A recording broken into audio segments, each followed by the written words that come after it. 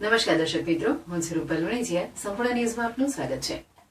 બનાસકાંઠા જિલ્લાની આશા વર્કર બહેનો છેલ્લા એક માસથી તેમના પડતર માંગણીઓને લઈ હડતાળમાં જોડાયેલી છે. તેમ છતાં તેમની માંગણીઓ ન સંતોષાતા આજે બુધવારે તેમણે કલેક્ટરને રજૂઆત કરી ભૂખ હડતાળ પર ઉતરી છે.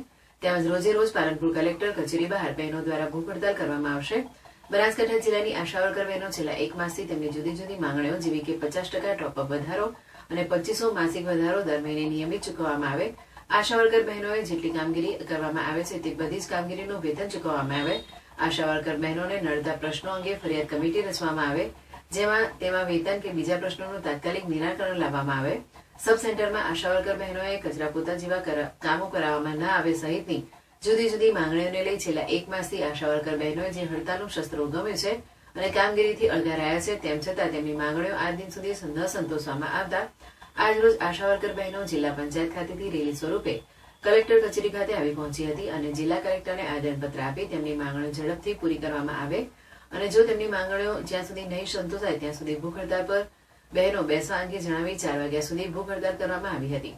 આ અંગે આશા વર્કર આગેવાન પિંકીબેન પરમારે જણાવ્યું હતું કે આશા વર્કર બહેનોના પ્રશ્નોને લઈ કલેક્ટરને રજૂઆત કરી 4 વાગ્યા સુધી ભૂખ હડતાળ પર બેઠા હતા. તેમજ આગામી દિવસોમાં રોજે રોજ જુદી જુદી તાલુકાની બહેનો દ્વારા કલેક્ટર કચેરી બહાર ભૂખ હડતાળ પર બેસી જ્યાં સુધી માંગણી નહીં સંતોષાય ત્યાં સુધી ભૂખ હડતાળ ચાલુ રાખવામાં આવશે.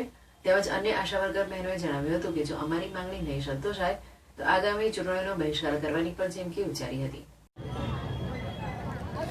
બનાસકાંઠા જિલ્લાના આશા વર્કર બહેનો છેલ્લા એક મહિનાથી કામગીરીથી અળગા રહીને હડતાલ કરી રહ્યા છે. હજુ સુધી વહીવટી તંત્ર દ્વારા હજુ આ બહેનોને એમના માસિક વધારો 2500 રૂપિયા અને 50% ટોપઅપ વધારો હજુ ચૂકવાયો નથી. તો વહીવટી તંત્રની ગોકળગાયની પદ્ધતિથી જે કામ કરવાનું છે એ લોકોને એમની ઊંઘ ઉડાડવા માટે એમના બહેરા કાનો સુધી અવાજ પહોંચાડવા માટે બનાસકાંઠા જિલ્લાના આશા વર્કર બહેનો આવ્યા છે અને જો ટૂંક સમયમાં આજથી જ અમે બહેનો ભૂખ હડતાલ પર બેસવાના છીએ.